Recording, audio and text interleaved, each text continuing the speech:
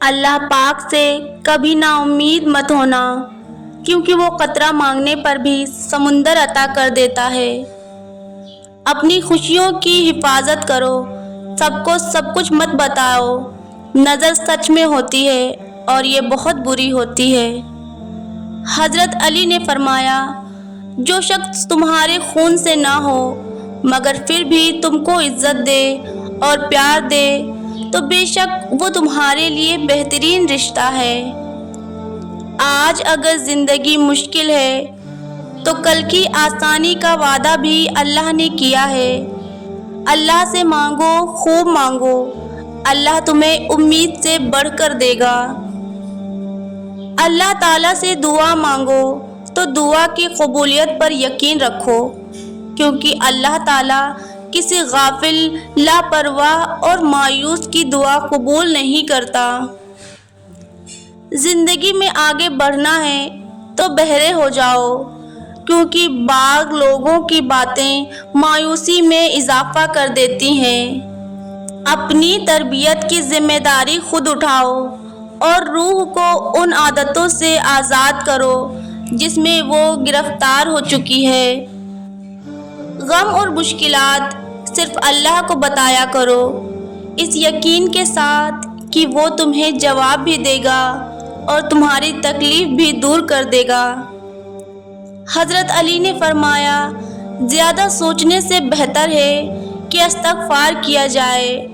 زیادہ سوچنا مشکلات کو بڑھاتا ہے اور استغفار مشکلات کا حل ہے۔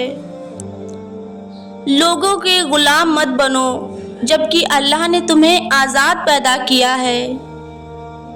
جو انسان یہ سمجھتا ہے کہ اللہ جو کرتا ہے وہ ہمارے لیے بہتر ہوتا ہے، وہ انسان کمال کا ایمان رکھتا ہے۔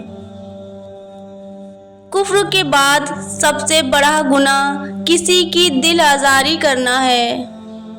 حضرت علی نے فرمایا، صبح کا آغاز صدقے سے کیا کرو، کیونکہ مصیبت صدقے سے آگے قدم نہیں بڑھاتی۔ اللہ تعالیٰ صدقے کی وجہ سے 70 بیماریوں کو دور فرماتا ہے۔ اگر زندگی کو خوبصورت بنانا ہے تو سہنا سیکھو، نظر انداز کرنا سیکھو، خاموش رہنا سیکھو اور اکیلے جینا سیکھو۔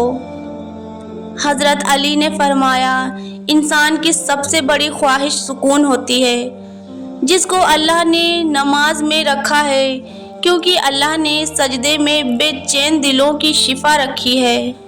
روتا وہی انسان ہے جس نے رشتے دل سے نبھایا ہو، ورنہ مطلب کا رشتہ رکھنے والوں کی آنکھوں میں نہ شرم ہوتی ہے نہ پانی۔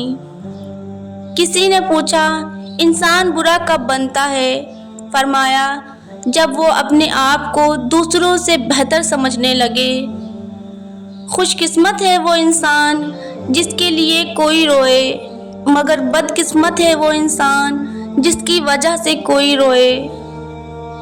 زندگی کے ہر موڑ پر صلاح کرنا سیکھو، کیونکہ جھکتا وہی ہے جس میں جان ہوتی ہے، اکڑنا تو مردے کی پہچان ہوتی ہے۔ رشتوں کو جوڑنے رکھنے کے لیے کبھی اندھا، کبھی بہرا تو کبھی گونگا ہونا پڑتا ہے۔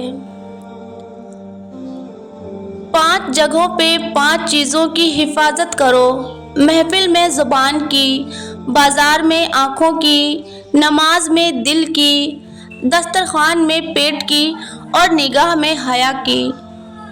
خیال رکھنا تمہاری وجہ سے کسی کی آنکھ نہ نم ہو، کیونکہ تمہیں اس کے ہر آنسو کا حساب دینا ہوگا۔ حضرت علی فرماتے ہیں، جب آپ رب سے محبت کرتے ہیں تو وہ آپ کے دل میں صرف انہی لوگوں کو بسنے دیتا ہے جو آپ کی محبت کے قابل ہوتے ہیں۔ جس خواہش کو تم اللہ کی رضا کے لیے رد کر دیتے ہو، وہ اسی خواہش پر راضی ہو کر اسے تمہارا مقدر بنا دیتا ہے۔ جب لوگ تمہیں تکلیف میں اکیلا چھوڑ دیں تو جان لو کہ اللہ تمہارے کام کا ذمہ خود لینا چاہتا ہے۔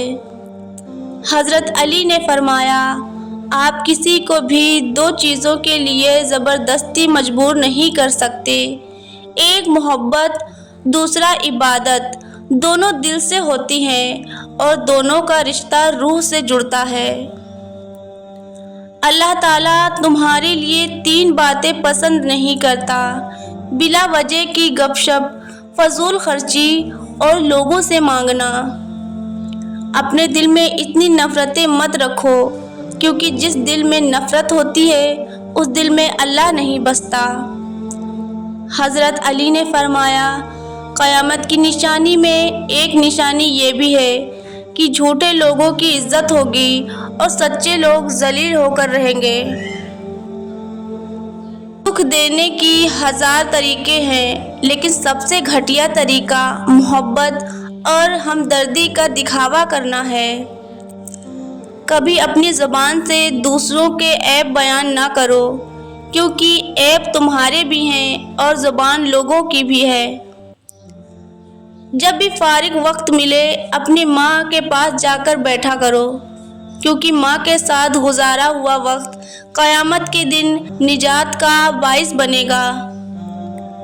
دوستوں کے غم میں شامل ہوا کرو، ہر حال میں، لیکن خوشیوں میں تب جانا جب وہ بلائیں۔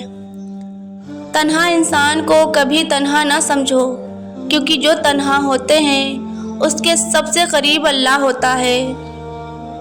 حضرت علی نے کہا، اگر کسی کو تکلیف دے کر تمہیں تکلیف ہو، اگر کسی کی تکلیف دیکھ کر تمہیں تکلیف ہونے لگے تو سمجھ لینا تم اللہ کے بنائے ہوئے بہترین انسان ہو۔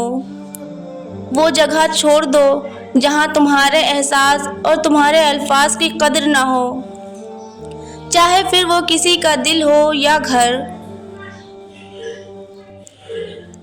تکلیف میں ہمیشہ صبر سے کام لیا کرو، کیونکہ سونے کو آگ سے آزمایا جاتا ہے اور مومن کو تکلیف سے۔